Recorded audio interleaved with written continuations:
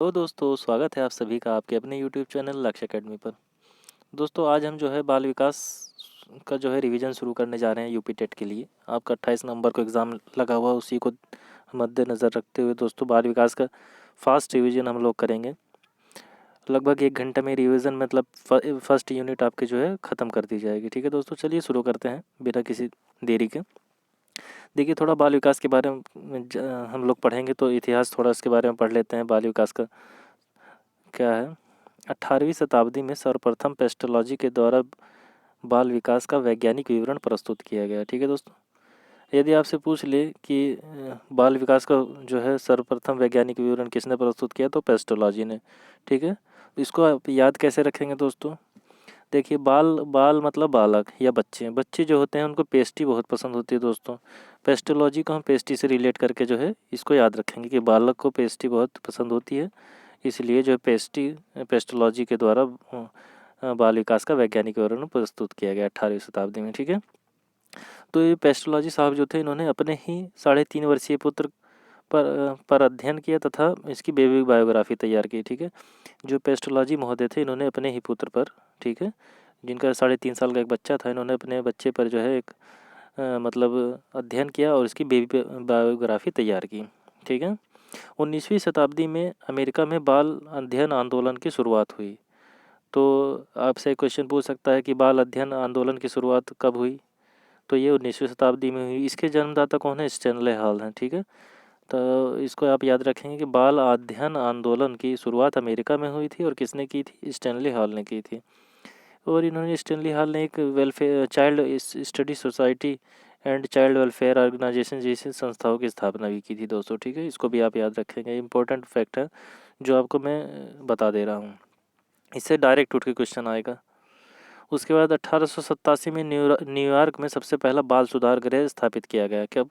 1887 में दोस्तों। आपसे क्वेश्चन पूछेगा कि पहला बाल सुधार गृह कहाँ खोला गया था, तो आप उत्तर करेंगे न्यूयॉर्क में। ठीक है, न्यूयॉर्क में पहला बाल सुधार गृह। देखिए न्यू मतलब नया, ठीक है, नया क्या बाल सुधार गृह कहाँ खोला गया? न्यूयॉर्क में खोला गया। कब खोला गया? 1887 ईस्वी में। ठीक है, अगला आपसे पूछ सकता है कि भारत में बाल विकास के अध्ययन की शुरुआत कब हुई?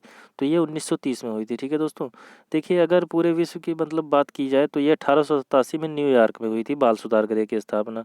ठीक है, और यदि भारत की बात करें कि भारत में बाल विकास का अध्ययन कब शुरू हुआ, तो ये 1930 ईस्वी में हुआ था। ठीक है दोस्तों, चलिए अब बात करते हैं अगले पॉइंट की। अगला पॉइंट है हमारा अभिवृद्धि व विकास में क्या अंतर है। देखिए अभिवृद्धि आपसे पूछ लेता है, 4 पॉइंट दे देगा आपको कि अभिवृद्धि से संबंधित नहीं है, ये विकास से संबंधित नहीं है। तो इसमें देखिए कुछ इंपॉर्टेंट पॉइंट्स है जिसको आपको ध्यान में रखना है। अभिवृद्धि क्या होती है दोस्तों? ये केवल शारीरिक पक्ष में होने वाला परिवर्तन है। अभिवृद्धि मतलब या वृद्धि, ठीक है, अभिवृद्धि को ही वृद्धि भी कह सकते हैं हम। तो दोस्तों जिसको जिसको हम आँखों से देख सकते हैं, ठीक है, आँखों से हम देख सकते हैं और उसको माप सकते हैं, वो क्या होगी? हमारी वृद्धि होगी। केवल शारीरिक पक्ष में होने वाला परिवर्तन क्या कहलाता है? ये अभिवृद्धि कहलाती है। जैसे कोई बच्चा लंबा हो रहा है, मोटा हो रहा है, ठीक है, तो ये सब क्या है? उसकी वृद्धि हो रही है। इसको हम क्या कर सकते हैं? माप सकते हैं दोस्तों। ठीक है, विकास, वहीं विकास की बात करें तो ये संपूर्ण पक्षों में होने वाला परिवर्तन है दोस्तों। संपूर्ण पक्ष मतलब जैसे आपका शारीरिक परिवर्तन हो गया, मानसिक परिवर्तन हो गया, ठीक है, इमोशनल हो गया, ये सब क्या है? ये सब विकास में आएगा। कोई बच्चा पहले कम समझदार रहता है, बाद में ज़्यादा समझदार हो जाता है, ठीक है, तो उसका क्या होता है? विकास होता है। ठीक है, तो विकास के कारण जो है वो सोचने समझने की क्षमता उसकी बढ़ जाती है। तो हम इसको देखो, इसको हम डायरेक्ट माप तो नहीं सकते। अब मेरे दिमाग का पहले हम जब 5 साल के थे मेरा दिमाग कितना था, अब कितना है, इसको हम डायरेक्ट नहीं माप सकते हैं। ठीक है, इसको हम महसूस कर सकते हैं कि भाई पहले इस बच्चे की समझ कम थी, अब ज़्यादा बढ़ गया है, समझदार हो गया। ठीक है, कहते नहीं हैं कि यार ये तो दिन प्रतिदिन समझदार ही होता जा रहा है, समझदारी वाली बात करने लगा है। ठीक है, तो अभिवृद्धि का मतलब जो हमको डायरेक्ट आंखों से दिखाई दे, मतलब हार्डवेयर तरीके से समझिए आप। जैसे कंप्यूटर में हार्डवेयर होता है ना, जो हमको डायरेक्ट आंखों से दिखाई देता है वो हार्डवेयर, या जिसको हम हाथ से छू सकते हैं वो हार्डवेयर होता है। उसी प्रकार अभिवृद्धि क्या है? जिसको हम आंखों से देख सकते हैं कि हाँ भाई लंबाई बढ़ गई, ठीक है, चौड़ाई बढ़ गई, मोटाई बढ़ गई, तो ये सब क्या है? शारीरिक पक्ष में परिवर्तन है। ठीक है, और उसके बाद अभिवृद्धि क्या है? इसका अर्थ क्या होता है? संकुचित होता है, मतलब ये बहुत छोटा है। एक समझ लीजिए एक छोटी सी गेंद है, ठीक है, और विकास क्या है? ये पूरा व्यापक, पूरा जो है एक समझ लीजिए खेल का मैदान इस और अभिवृद्धि उसी के अंदर क्या है? गेंद है। ठीक है। इसका अर्थ क्या है, व्यापक है। इसके अंदर क्या होता है, अभिवृद्धि जो है विकास के अंदर ही समाहित होती है।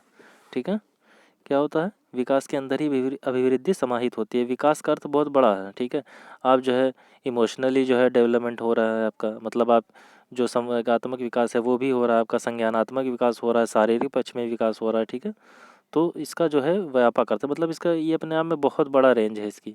जबकि अभिवृद्धि क्या है, ये सिर्फ आपके शरीर में जो परिवर्तन हो रहा है वही जो है क्या है, अभिवृद्धि है, बाह्य स्वरूप है।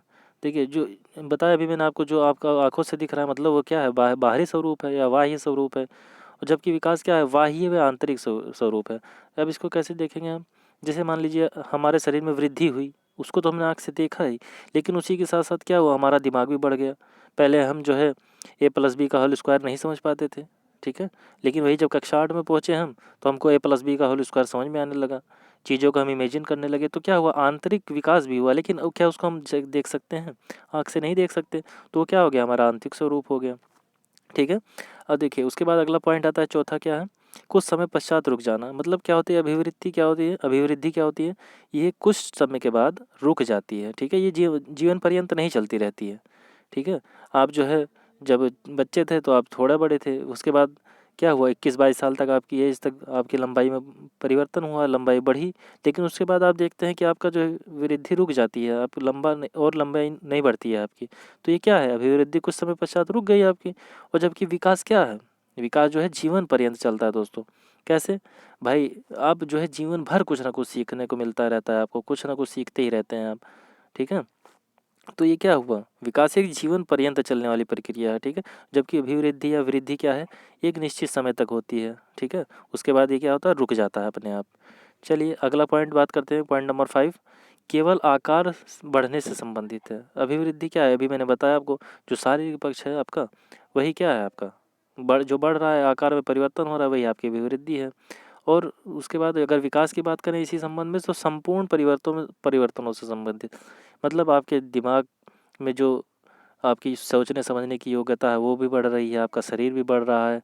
ठीक है, आपके जो पहले इमोशंस थे उस पे भी आप कंट्रोल करना सीख गए, उसका भी विकास हो रहा है। ठीक है, तो ये सभी परिवर्तनों में, मतलब कहने का ये है दोस्तों कि अभिवृद्धि जो है विकास का ही एक पार्ट है। समझ रहे हैं मेरी बात आप, क्या है, जैसे भारत मतलब जो है उत्तर प्रदेश जो है भारत का एक पार्ट है, तो समझ लीजिए आप विकास को आप क्या समझ सकते हैं, भारत। ठीक है, भारत का एक बड़ा सा नक्शा है और उसी के अंदर क्या समाहित है, अभिवृद्धि। अभिवृद्धि मतलब उत्तर प्रदेश, तो भारत के अंदर ही उत्तर प्रदेश समाहित है ना दोस्तों। उसी प्रकार विकास के अंदर ही आपका अभिवृद्धि मतलब यह विकास वृद्धि जो है समाहित है। ठीक है, तो संभवतः आपको ये बात समझ में आ गई होगी। अगला पॉइंट है आपका, सीधे नापा तोला जा सकता है। तो अभिवृद्धि को हम क्या सकते हैं भाई, अगर कोई बच्चा मोटा हुआ है तो उसको हम माप सकते, मतलब लंबा हुआ है तो उसको माप सकते हैं कि भाई पहले 168 सेंटीमीटर था, अभी 172 सेंटीमीटर हो गया, 4 सेंटीमीटर की लंबाई बढ़ गई है। तो इसको हम नाप सकते हैं, तौल भी सकते हैं। कोई बच्चा पहले 50 किलो का था, वो 80 किलो का हो गया, ठीक है, मोटा होकर, तो सीधे माप तोल सकते हैं।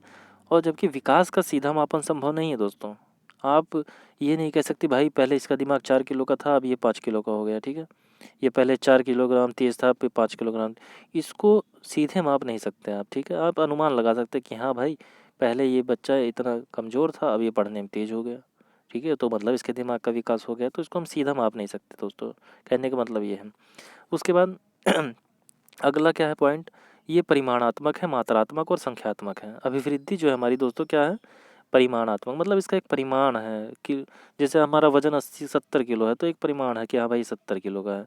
लंबाई हमारी 172 सेंटीमीटर है तो ये एक परिमाण है कि हाँ भाई 172 सेंटीमीटर लंबा है। ठीक है, तो मतलब इसको हम संख्या में माप सकते हैं। ठीक है, और जबकि अगर विकास की बात करें तो ये परिमाणात्मक व गुणात्मक है। ठीक है, क्या है, परिमाणात्मक व गुणात्मक दोनों है, मतलब इसमें आपके गुणों का विश्लेषण किया जाएगा और अभिवृद्धि जी इसी के अंदर इंक्लूड होती है दोस्तों, इसको हम माप भी सकते हैं। तो कहने का मतलब यह है कि ये परिमाणात्मक व गुणात्मक दोनों हैं, और जबकि ये संख्यात्मक भी है। ठीक है, जबकि विकास के जो है हर पहलू को हम नहीं जो है वो संख्या के रूप में प्रदर्शित कर सकते हैं। अगला पॉइंट है हमारा रचनात्मकता। ठीक है, तो रचनात्मकता का मतलब ये दोस्तों देखो, अभिवृद्धि जैसे जैसे बच्चा जो है शुरू में क्या होता है कि बढ़ता है, तो मतलब वो धीरे धीरे बड़ा होता है, जाता जाता है, तो एक समय पे उसका विकास रुक जाता है। तो क्या हो रहा है उस समय, रचना हो रही है, ठीक है, वो बन रहा है। कोई बच्चा पहले छोटा सा था, फिर उससे बड़ा हुआ, फिर उससे बड़ा हुआ, तो क्या हुआ, एक रचनात्मक तरीके से चल रहा है प्रोसेस। और मतलब उसके बाद विकास जो है रुक जाएगा, एक एक निश्चित सीमा पर पहुँच के विकास रुक जाता है, ठीक है। जबकि विकास क्या है, विकास रचनात्मक और विनाशात्मक दोनों है। जब विकास शुरू से होगा बच्चे का, मान लीजिए कोई शिशुअवस्था में था, फिर किशोरावस्था, बाल्यावस्था में पहुंचा, फिर किशोरावस्था में पहुंचा, ठीक है, उसके बाद क्या होता है, एक पीक पॉइंट आता है, ठीक है, उसके बाद क्या होता है, आदमी बुढ़ा होना शुरू कर देता है, फिर धीरे धीरे धीरे धीरे धीरे क्या क्या वो विनाश की तरफ अग्रसर हो जाता है, ठीक है। तो ये पहले रचनात्मकता की ओर बढ़ा, फिर विनाशात्मकता की ओर बढ़ा, ठीक है दोस्तों, बात समझ में आया। तो विकास जो है वो रचनात्मक और विनाशात्मक दोनों है, जबकि अभिवृद्धि क्या है, खाली रचनात्मक है। अगला जो है पॉइंट है विवृद्धि सूचक है, मतलब अभिवृद्धि जो है हमारी जो है विवृद्धि सूचक है, मतलब इसमें जो है वृद्धि होती ही रहती है। और विकास क्या है, विवृद्धि सूचक व ह्रास सूचक है। जैसा कि मैंने अभी बताया, पहले बालक बढ़ता है, फिर जो है जब बुढ़ापे की तरफ अग्रसर होता है तो उसके दांत गिरने लगते हैं, बाल झड़ने लगते हैं, ठीक है, हाथ पैर कांपने लगते हैं, तो क्या ह्रास सूचक भी है, ठीक है।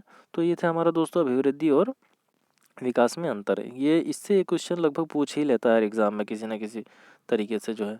चलिए अगला पॉइंट पढ़ते हैं, ये नोट करके लिखा हुआ है यहाँ पे।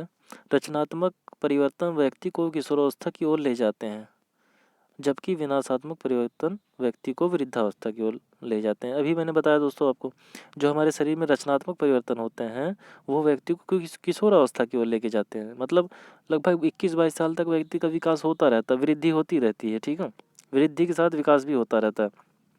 जबकि 21 साल के बाद क्या होता है, बालक की मतलब एक निश्चित टाइम के बाद क्या होता है कि बालक जो है विनाशात्मकता की ओर बढ़ने लगता है, बूढ़ा होने लगता है, भाई धीरे धीरे उसके बाल कम होते जाते हैं, ठीक है, आँख की नज़र कमज़ोर होती जाती है, और क्या कहते हैं, दांत झड़ने लगते हैं, हाथ पैर कांपने लगते हैं, सही से चल नहीं पाता, तो ये वृद्धावस्था की ओर लेके जाता है, ठीक है।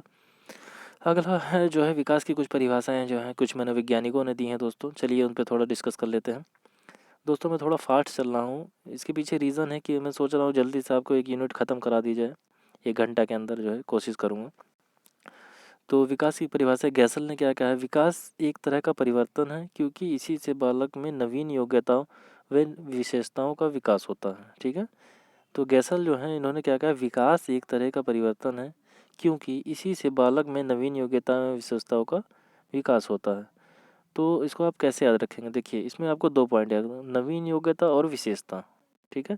इसकी बात कौन कर रहा है, गैसल कर रहा है। तो दोस्तों आप इसको याद कर रखने का मैं आपको तरीका बताता हूँ। जो गैस है, गैस में क्या है, नवीन योग्यता, पहले आदमी लकड़ी से खाना बनाता था चूल्हे पे, जो है गैस आ गया, गैस में क्या थे, नवीन योग्यता थी और विशेषता थी कि भाई धुआं नहीं देता था, ठीक है। तो हम लोगों ने क्या कर दिया, गैस का यूज़ करना शुरू कर दिया।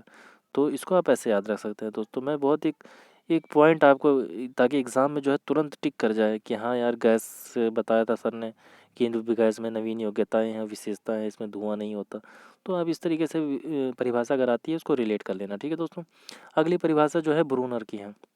इन्होंने क्या कहा, विकास की किसी भी अवस्था में कुछ भी सीखा जा सकता है, ठीक है। ब्रूनर क्या कह रहे हैं, विकास की किसी भी अवस्था में, जैसे हमारी जो है शिशुअवस्था है, बाल्यावस्था है, किशोरावस्था है, तो कह रहे हैं कि किसी भी अवस्था में कुछ भी सीखा जा सकता है, ठीक है। किसी भी अवस्था में कुछ भी सीखा है, कौन कह रहा है, नर, ब्रूनर। तो मैं इसको कैसे आप रिलेट करें, देखो ब्रूनर में ब्रू काट दो आगे से, नर पकड़ लो इसका, नर। नर क्या है, मतलब नर मतलब आदमी, और आदमी किसी भी अवस्था में कुछ भी सीख सकता है, ठीक है। इसको आप ऐसे याद रखना कि नर जो है वो किसी भी अवस्था में कुछ भी सीख सकता है, ठीक है। इसको आप ऐसे रिलेट कर लेना। उसके बाद है वर्ग। वर्ग हमारा जो है क्या कह रहे हैं, बाल विकास मनोविज्ञान की वह शाखा है जिसके अंतर्गत जन्म पूर्व अर्थात गर्भावस्था से किशोरावस्था अथवा परिपक्वावस्था तक होने वाले विकास का अध्ययन किया जाता है। तो दोस्तों ये परिभाषा आपने जैसे भी मैंने पढ़ के बताया, पढ़ लीजिए एक बार फिर से। वर्ग क्या कह रहे हैं, बाल विकास मनोविज्ञान की वह शाखा है जिसके अंतर्गत जन्म पूर्व अर्थात गर्भावस्था से किशोरावस्था अथवा परिपक्वावस्था तक होने वाले विकास का अध्ययन किया जाता है, ठीक है। तो बाल विकास क्या है, गर्भावस्था से किशोरावस्था तक का अध्ययन या परिपक्वावस्था तक। मतलब दोस्तों इसको आप कैसे याद रखेंगे कि गर्भावस्था से किशोरावस्था तक बहुत वर्क करना पड़ता है, ठीक है। जब तक आप किशोर रहते हैं ना, आपको हर कोई काम बताता रहता है कि यार ये कर दो, वो कर दो, वो कर दो, ठीक है। तो उसको आप कैसे, भाई गर्भावस्था से किशोरावस्था तक बहुत वर्क करना पड़ता है। तो ये किसके कथन हो जाएगा, वर्क का, ठीक है दोस्तों। चलिए अगले पॉइंट की तरफ चलते हैं। देखो मैं इसको एक तरीके से रिलेट कर दे रहा हूँ दोस्तों। अगर आप इस एग्ज़ाम में इसको देखेंगे ना, आपको तुरंत सटीक आंसर मतलब जो है मिल जाएगा कि हाँ यार, सर ने बताया था कि गर्भावस्था से किशोरावस्था तक क्या था, बहुत वर्क करना पड़ता था। तो आपको अगर कहीं वर्क दिखेगा तो आपको तुरंत दिमाग में स्ट्राइक कर जाएगा कि हाँ यार, ये वर्क ही होगा इसमें, और कोई आंसर नहीं हो सकता। चलिए उसके बाद आता है श्रीमती हरलाख महोदय, ठीक है। श्रीमती हरलाख महोदय ने विकास के क्रम में होने वाले परिवर्तनों को 4 भागों में बांटा है। तो आपसे अगर पूछ ले दोस्तों एक पॉइंट, तो ये डायरेक्ट आपसे पूछ सकता है कि हरलाख महोदय ने विकास को कितने भागों में बांटा है। तो उन्होंने 4 भागों में बांटा है। नंबर 1 क्या है, आकार में परिवर्तन। नंबर 1 आकार में परिवर्तन। नंबर 2 अनुपात में परिवर्तन। नंबर 3 पुराने चिन्हों का लोप। नंबर 4 नवीन चिन्हों का उदय, ठीक है। देखिए श्रीमती हल्ला क्या करें, विकास के क्रम क्या है, पहले आकार में परिवर्तन होता है, ठीक है। तो आकार में परिवर्तन क्या मतलब, बच्चा बड़ा होता रहता है, ठीक है भाई। पहले छोटा रहता है, फिर बड़ा बड़ा धीरे धीरे धीरे करके बड़ा होता है। अनुपात में परिवर्तन, पहले जो है बच्चे का सिर जो है उसके धड़ के अनुपात में ज़्यादा बड़ा होता है, ठीक है। आप देखेंगे जब बच्चा छोटा होता है, मतलब शेष अवस्था में, तो उसका जो सर होता है वो उसके धड़ के अनुपात में ज़्यादा बड़ा होता है, ठीक है। तो उसके अनुपात में धीरे धीरे धीरे धीरे क्या होता है, परिवर्तन होता है। फिर जो है आपका धड़ बड़ा हो जाता है और सिर छोटा हो जाता है। तो ये दूसरा पॉइंट हो गया आपका अनुपात में परिवर्तन। पुराने चिन्हों का लोप, ठीक है। उसमें जो है जैसे दूध का दांत टूट जाता है, हमारे जो मतलब बच्चा बाल्यावस्था में होता है तो उसके दूध के दांत निकलते हैं, फिर क्या होता है वो टूट के फिर नए दांत आ जाते हैं। तो ये क्या होगा, पुराने चिन्हों का लोप हो जाता है, ठीक है। और नई चिन्हों का उदय, मतलब कुछ नए चिन्ह हमारे शरीर में आने लगते हैं, बच्चे के शरीर में आने लगते हैं। जैसे क्या होता है, जो बच्चे जब किशोरावस्था की ओर अग्रसर होते हैं बाल्यावस्था से, तो दाढ़ी मूंछ आना शुरू हो जाता है, ठीक है। देखते होंगे आप जो है। तो ये क्या हो गया, 4 चिन्ह बताए किसने, हरलाख महोदया ने, ठीक है। विकास के क्रम में होने वाले 4 परिवर्तन बताया। नंबर 1 आकार में परिवर्तन, अनुपात में परिवर्तन, पुराने चिन्हों का लोप, नवीन चिन्हों का उदय, ठीक है। आप इसको याद रखिएगा। अगर मैं आपसे पूछ लूँ कि हरलाख महोदय ने विकास के क्रम में होने वाले परिवर्तन कितने बताए हैं, तो आप तुरंत आंसर करेंगे कितने, 4 बताए हैं। कौन कौन से बताए हैं, नंबर 1 आकार, नंबर 2 अनुपात, नंबर 3 पुराने चिन्हों का लोप, ठीक है। अब आप अपने ऊपर रख के देखिए उसको जो है, पहले आप छोटे थे, बड़े हो गए, ठीक है। आपका सर जो है धड़ के अनुपात में पहले ज़्यादा था, फिर बाद में कम हो जाता है। पुराने चिन्हों का लोप, मुंह हमारे जो है बच्चे के दांत टूट जाते हैं, दूध के दांत, फिर नए दांत आ जाते हैं। और नवीन चिन्हों का आगमन हो जाता है, जैसे क्या, दाढ़ी मूंछ आ जाते हैं, ठीक है। तो ये थी हरलाख महोदय के अनुसार विकास में परिवर्तन, क्रम में परिवर्तन। चलिए अब देखते हैं विकास के कुछ नियम हैं दोस्तों। विकास के भी अपने कुछ नियम हैं, उसी के अनुसार विकास चलता रहता है, ठीक है। ये कुछ मनोवैज्ञानिकों ने बताया है। चलिए पहला नियम देखते हैं, समान प्रतिमान का नियम, ठीक है। पहला जो हमारा नियम है समान प्रतिमान का नियम, ठीक है। तो कहने का मतलब ये है दोस्तों, विकास समान नियमों पर आधारित होता है, इसमें किसी प्रकार का कोई भेदभाव नहीं होता, ठीक है दोस्तों। कहने का मतलब इस नियम का मतलब ये है दोस्तों कि चाहे कोई गरीब का बच्चा हो, चाहे कोई अमीर का बच्चा हो, ठीक है। जिस तरीके से गरीब के बच्चे का विकास होगा उसी प्रकार से जो है अमीर के बच्चे का विकास होगा। इसमें कोई भेदभाव नहीं है। ऐसा नहीं है कि वो अमीर का बच्चा है तो 2 फुट ज़्यादा बढ़ जाएगा, नहीं, ऐसा कुछ भी नहीं है। जैसा एक हर बच्चे का विकास जो है एक समान तरीके से होता है, ठीक है। तो ये पहला नियम हो गया। दूसरा है क्रमबद्धता का नियम या निश्चित श्रृंखला का नियम, ठीक है। तो इसका मतलब है कि विकास क्रमानुसार होता है, ठीक है दोस्तों।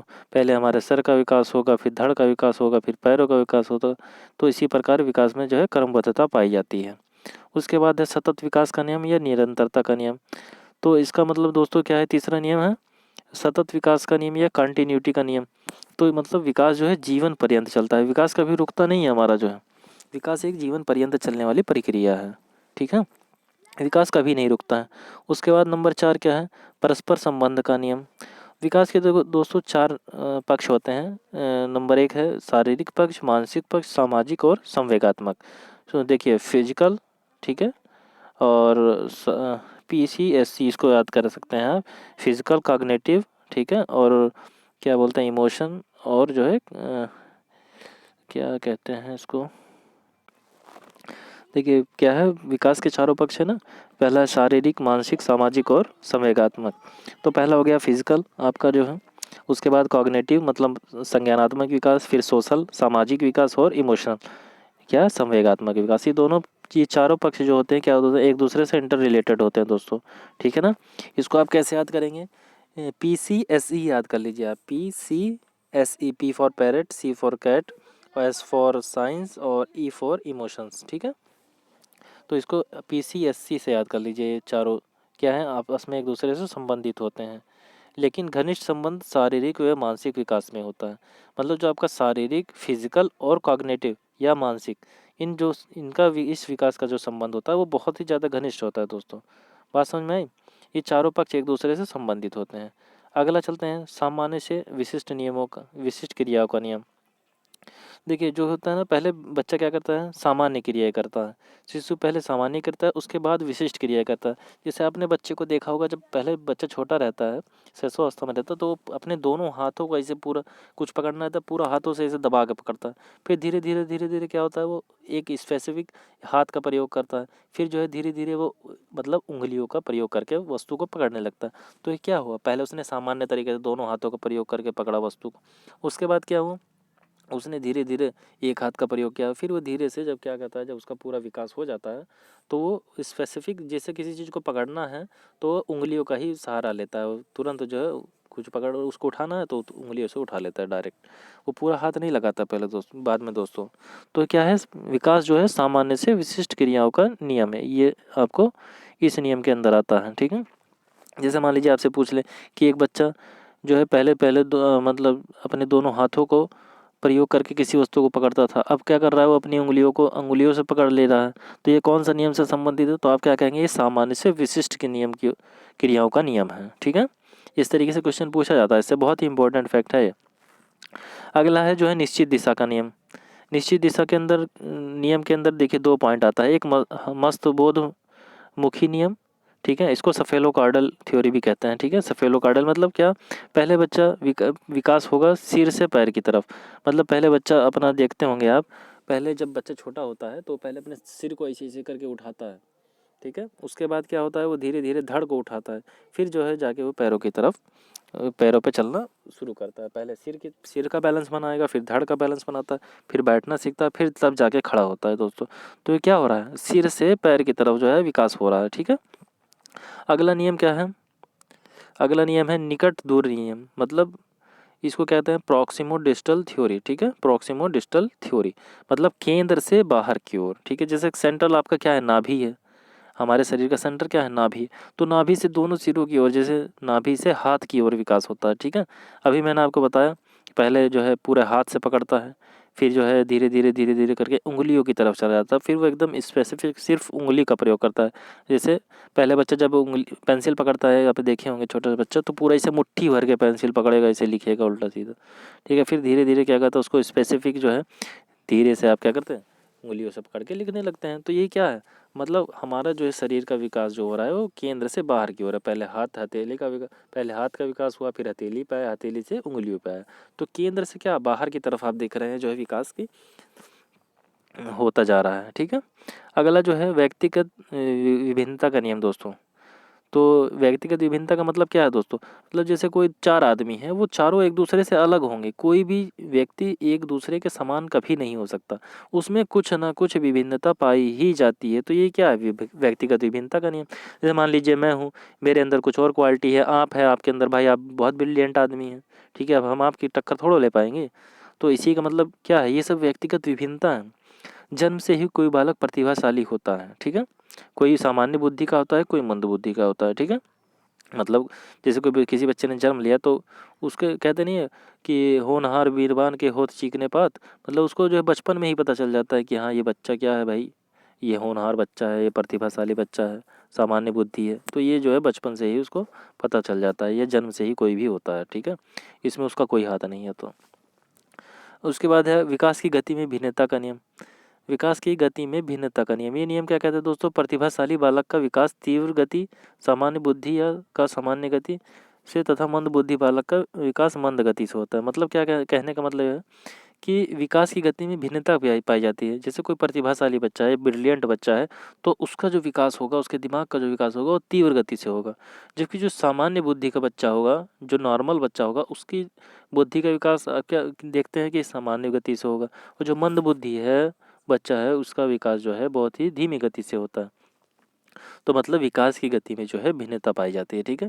जैसे कि आप अब देखते होंगे, आपने जैसे बीएसटीसी या बीएड में किया होगा, तो आप कॉलेज में जब स्कूल में पढ़ाने जाते थे तो कोई बच्चा धीमी गति से सीखता था, कोई तेज फट से जो है सीख जाता था। जैसे आपने कोई क्वेश्चन दिया वो तुरंत लगा के आपको दिखा दिया। चलिए शुरू अगला पॉइंट पे चलते हैं, अंतःक्रिया का नियम। अंतःक्रिया का मतलब क्या होता है बच्चों, एक दूसरे को देख कर सीखना, ठीक है। जैसे अभी हम लोग क्या कर रहे हैं, अंतःक्रिया कर रहे हैं, मैं आपको बता रहा हूँ, आप सुन रहे हैं, तो ये क्या हो गया, एक प्रकार की अंतःक्रिया हो गई, ठीक है। यह रिएक्शन हो गया, ठीक है। तो देखकर, सुनकर व अनुकरण से सीखना, पहले बालक की अपेक्षा दूसरा बालक तीव्र गति से सीखता है। अब इस मतलब इसको मतलब समझिएगा आप लोग। जैसे आप किसी आदमी को कोई एक बच्चा है और फिर दूसरा जो बच्चा जो होता है वो ज़्यादा तेज गति से सीखता है। इस पॉइंट का मतलब ये है, क्यों सीखता है ऐसा। जैसे पहला बच्चा तो भाई विकास कर गया, ग्रो कर गया, जब दूसरा बच्चा दुनिया में आता है वो उसको देखता है कि यार ये से उठा रहा है, तो भी उसकी तरीके से अनुकरण करने की कोशिश करता है। तो इस वजह से जो है दूसरा बच्चा जो है वो पहले की अपेक्षा बहुत तेज़ गति से सीखता है। क्यों सीखता है, अभी मैंने आपको बता दिया, वो उसको देखा देखी करता है। बच्चे कैसे सीखते हैं, अनुकरण के द्वारा तो सीखते हैं। हम लोग जैसा करते हैं उसी को देख के वो सीखते हैं, हम लोग जैसे बोलते हैं वैसे वो लोग बोलते हैं। भाई कोई बच्चा पैदा हुआ, वो हम लोगों की भाषा सुनते सुनते, जैसे हम लोग हिंदी बोलते हैं, वो हम लोगों की भाषा सुनता रहता है, सुनता रहता है, सुनता रहता है। और सुनते सुनते जब एक दिन पक जाता है तो पक के वो भी बोल देता है हिंदी, ठीक है, कि क्या कर रहे हो यार, हैं। तो उसी प्रकार कहने का मतलब ये है कि बच्चे अनुकरण के द्वारा सीखते हैं, देख कर सीखते हैं। तो जब पहला बच्चा मतलब जो है क्रिया करता है, खेलता है, कूदता है जो है अपना दूसरे वाले बच्चे के सामने, तो उसको देखकर दूसरा बालक भी वैसा ही करने की कोशिश करता है, जिसको देखकर वो बहुत जल्दी सीख जाता है। अगला पॉइंट क्या है, वर्तुलाकार का नियम, पॉइंट नंबर 10। तो वर्तुलाकार का मतलब दोस्तों क्या है, विकास केवल लंबाई में ना होकर अर्थात रेखीय ना होकर चारों दिशाओं में होता है। मतलब वर्तुलाकार दोस्तों क्या होता है कि ऐसा नहीं कि आपका विकास होता जा रहा है, होता जा रहा है तो होता ही चला जाएगा, ऐसा नहीं है। विकास जो है वर्तुलाकार होता है, मतलब ये वक्र की तरीके से, ऐसे साइन का ग्राफ अगर आप लोगों ने देखा, पहले ऊपर जाएगा, फिर नीचे आएगा, फिर ऊपर जाएगा। देखिए क्या होता है कि जो शेषावस्था होती है, शेषावस्था में बालक का विकास तीव्र गति से होता है। कब तक, बाल्यावस्था तक, बाल्यावस्था की शुरुआत तक। फिर जैसे ही बाल्यावस्था की शुरुआत होती है, बालक का विकास रुक जाता है, ठीक है। रुक जाता है, ऐसा नहीं कि वापस चला जाएगा, रुक जाता है, बहुत धीमी गति से होता है, ठीक है। पहले तेज हुआ, शेषावस्था से बाल्यावस्था तक तेज हुआ, फिर जो है धीमा हो गया बाल्यावस्था में। और बाल्यावस्था से जैसे किशोरावस्था आती है, फिर बालक का विकास जो है ऊपर बढ़ने लगता है, मतलब बहुत तेज़ी से होने लगता है। जैसे आप लोगों ने देखा होगा, हमारे घर के जो बच्चे रहते हैं, जब किशोरावस्था मतलब लगभग 12 13 14 साल के होने लगते हैं, 15 साल के, तो कहते हैं सर हमारा जो है पैंट बहुत छोटी हो गई अम्मी या मम्मी। क्यों हो जाती है, क्योंकि किशोरावस्था में बालक का विकास बहुत तीव्र गति से होता है, अचानक से बढ़ जाता है बच्चा, तो उसके सारे कपड़े छोटे होने लगते हैं। ऐसा आपने भी महसूस किया होगा, ठीक है, मैं 100% गारंटी के साथ कह रहा हूँ। तो इसका मतलब क्या है, वर्तुलाकार नियम है। ये क्या है, वर्तुलाकार, मतलब एक सीरियल रेखा में नहीं हो रहा है विकास जो है। ये ऐसा नहीं कि बस विकास होता ही चला गया, ऐसा कुछ नहीं है। पहले शेषावस्था में तेजी से विकास हो, देखते हैं बच्चा पहले छोटा सा रहता है, अचानक से बढ़ता है। फिर बाल्यावस्था में विकास धीरे होता है, फिर किशोरावस्था में ऊपर चला जाता है, मतलब तेजी से बढ़ता है। उसके बाद एक किशोरावस्था जैसे समाप्त होती है, विकास रुक जाता है, उसके बाद जो है हम लंबाई में हमारी वृद्धि नहीं होती है। तो ठीक है, उसके बाद दोस्तों 11 पॉइंट है, विकास में परावर्तन का नियम, ठीक है। विकास में परावर्तन का नियम, तो दोस्तों इसका मतलब क्या है, विकास में जो है वापस लौट के नहीं आ सकता। जैसे एक बार विकास हो गया तो ऐसा नहीं कि फिर वो वापस आप छोटे हो जाओगे, तो ये परावर्तन का नियम हो गया। पूर्वानुमान या पूर्व कथन या भविष्यवाणी का नियम, देखो दोस्तों क्या होता है, विकास के जो है आप पूर्वानुमान कर सकते हैं कि भाई ये बच्चा जो है आगे चल के डॉक्टर बनेगा, ये इंजीनियर बनेगा, कैसे लोग कह देते हैं। भविष्यवाणी, यही क्या है, भविष्यवाणी का नियम। 13वां जो नियम है हमारा, विकास की प्रत्येक अवस्था के अपने अपने खतरे होते हैं। तो मतलब दोस्तों इसका क्या है, इसका मतलब क्या निकला, जैसे शैशवावस्था में क्या होता है, बच्चा बहुत ज़्यादा बीमार होता है, इसको जो है इस दौरान बच्चे की बहुत ज़्यादा केयर करने की आवश्यकता होती है। बाल्यावस्था में क्या होता है, बच्चा बालक घुमंतु हो जाता है, बिना मतलब इधर उधर भटकने लगता है। किशोरावस्था में क्या, उसको बहुत ज़्यादा टेंशन हो जाता है। तो इसमें विकास में जो है हर हर अवस्था के अपने अपने खतरे हैं, ठीक है दोस्तों। तो इसका मतलब यही निकल के आता है। अगला पॉइंट 14 क्या है, विकास की प्रत्येक अवस्था में सुख शांति एक समान नहीं होती है। इसका तात्पर्य क्या दोस्तों, कि शेषावस्था में तो बच्चे कुछ पता ही नहीं होता क्या सही है क्या गलत है। बाल्यावस्था में वो बार बार इधर उधर घूमता है, उसको कुछ पता ही नहीं है हमको क्या करना है क्या नहीं, बिना मतलब घूमता रहता है दिन भर। उसके बाद जो है किशोरावस्था में उसको टेंशन, पढ़ाई की टेंशन, घर वाले डांट दिए तो उसकी टेंशन, गर्लफ्रेंड गुस्सा हो गई उसकी टेंशन। तो ये सब क्या है दोस्तों, अपनी अपनी प्रत्येक अवस्था में सुख शांति एक समान नहीं होती है, कभी ज़्यादा सुख है कहीं कम सुख है, ठीक है। तो सबसे बढ़िया लेकिन शेष अवस्था ही है, इसमें कोई टेंशन नहीं, कोई लोड नहीं रहता है बच्चे को, अपना खाया पिया मस्त। लेकिन यही है थोड़ा बीमार वगैरह इस अवस्था में जो है ज़्यादा होती है, बच्चे की केयर करने की आवश्यकता ज़्यादा पड़ती है, क्योंकि एक तो बच्चे बता भी नहीं पाते कि हमको क्या समस्या हो रही है। चलिए अगला पॉइंट देखते हैं, प्रारंभिक विकास परवर्ती विकास की अपेक्षा अधिक महत्वपूर्ण होता है। ठीक है, प्रारंभिक विकास परवर्ती विकास की अपेक्षा अधिक महत्वपूर्ण होता है। इसका मतलब क्या है दोस्तों, प्रारंभिक विकास मतलब जो शिशु अवस्था का विकास है या पहले का जो विकास है वो बाद की अवस्था का विकास से ज़्यादा महत्वपूर्ण है। ठीक है दोस्तों, देखिए अगर कोई बच्चा बचपन से ही अगर मोटा ताज़ा हो जाता है ना, तो बाद में फिर वो मोटा ताज़ा ही रहता है, ऐसा नहीं कि फिर वो दुबला पतला हो जाता है। वो जो बच्चे शुरू में ही दब जाते हैं, जिनका शुरू में कम विकास हो पाता है, उनका बाद में उतना अच्छा विकास नहीं हो पाता है। ठीक है दोस्तों, तो इसका मतलब यही है कि प्रारंभिक विकास परवर्ती मतलब बाद के विकास का, ठीक है। प्रारंभिक विकास मतलब पहले का, तो अपेक्षा अधिक महत्वपूर्ण है। मतलब इसमें बच्चे को ज़्यादा ध्यान देना चाहिए माता पिता को शेषावस्था में, उसको अच्छे से खिलाई पिलाई करें, उसका अच्छा ध्यान रखें, उसको कोई अच्छी चीज़ें सिखानी है तो वो सिखाए, क्योंकि बच्चा इस एज में बहुत बढ़िया पकड़ता है। ठीक है, देखते नहीं हैं आप लोग, अब अगर हमको आपको कोई भाषा सीखने को कह दिया जाए कितनी दिक्कत होती है, लेकिन एक 1 साल का बच्चा होता है वो जो है धीरे धीरे सुनते फटाक से जो है लैंग्वेज सीख जाता है। ठीक है, अगला 16वां पॉइंट क्या है दोस्तों, वंशानुक्रम व वातावरण के गुणनफल का नियम। ठीक है, कहने का मतलब यह है वंश विकास पर जो है वंशानुक्रम मतलब आपके माता पिता से जो हमको गुण प्राप्त होते हैं उन्हीं को क्या कहते हैं, वंशानुक्रम कहते हैं। और वातावरण, हमारे चारों ओर के जो वातावरण है, जो चारों ओर के जो लोग हैं, घर हैं, परिवार हैं, पेड़ हैं, पौधे हैं, ये क्या है, वातावरण है। तो विकास जो है, ये जो है विकास वंशानुक्रम व वातावरण का प्रतिफल है, मतलब गुणनफल है। ठीक है, ये कहना किसका है, वुडवर्थ का। तो ठीक है दोस्तों, ये किसका कहना है, वुडवर्थ का। मतलब व्यक्ति का विकास जो है वंशानुक्रम, आपके माता पिता पूर्वजों से जो आपको गुण मिले हैं, और वातावरण जिस जगह आप लोग रह रहे हैं, इसका गुणनफल है दोस्तों। ये सूत्र दिया था हमको वुडवर्थ ने। ठीक है दोस्तों, तो चलिए आज की वीडियो हम लोग यहीं तक रखते हैं। ठीक है, अगर आप लोगों की वीडियो अच्छी लगी तो वीडियो को लाइक कर देना, चैनल को सब्सक्राइब करके बेल आइकन प्रेस कर देना दोस्तों, और हो सके तो अपने दोस्तों के साथ शेयर कर देना। और यदि आप लोग चाहते हैं कि इसका एक पार्ट आगे मैं बता दूं आपको, दूसरा पार्ट बनाकर, तो कमेंट बॉक्स में जो है कमेंट ज़रूर कर दीजिएगा कि सर समझ में आ रहा है, तो इसको कंटिन्यू रखिए सीरीज़ को। ठीक है, तो मैं इसको जल्द से जल्द 28 नवंबर से पहले पूरा जो है आपका मनोविज्ञान ख़त्म करने की कोशिश करूँगा। ठीक है दोस्तों, चलिए आज के लिए इतना ही, धन्यवाद, जय हिंद, जय भारत।